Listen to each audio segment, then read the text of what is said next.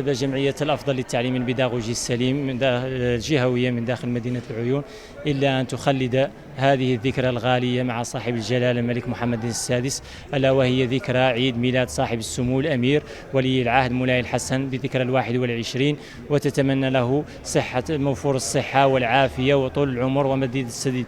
هذا الحفل الذي يشارك فيه 70 مشترك ومشتركة من الفئات العمرية التي تتراوح بين 7 سنوات و14 سنة، مخلدين بها من مجموعة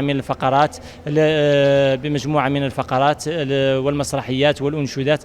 السلام عليكم ورحمة الله. يشرفنا اليوم تقديم هذا العرض ديال نادي المواهب الأطفال اللي فيه مسرحيات ورقصات وكل واحد غيقدم داكشي اللي تدرب عليه، وجينا اليوم نحتفلوا مع مولاي الحسن نتمنوا ليه طول العمر. اليوم جينا نحتفلوا بالأمير مولاي الحسن، وهذا العيد عيد عندنا كبير، وجينا اليوم كاملين من جمعية الأفضل باش نقدموا مجموعة من المسرحيات والأغاني، وأنا بالأخص مشارك في مسرحية في هذا الشيء واللي عطيت فيها أكثر من جهدي باش نجي نحتفلوا في هذا العيد. قبل ما تخرجوا ما تنسوش ابوناو في لاشين يوتيوب وبارطاجيو الفيديو مع اصحابكم في مواقع التواصل الاجتماعي، وما تنسوش ديروا جيم وما تبخلوش علينا بتعليقاتكم وملاحظاتكم.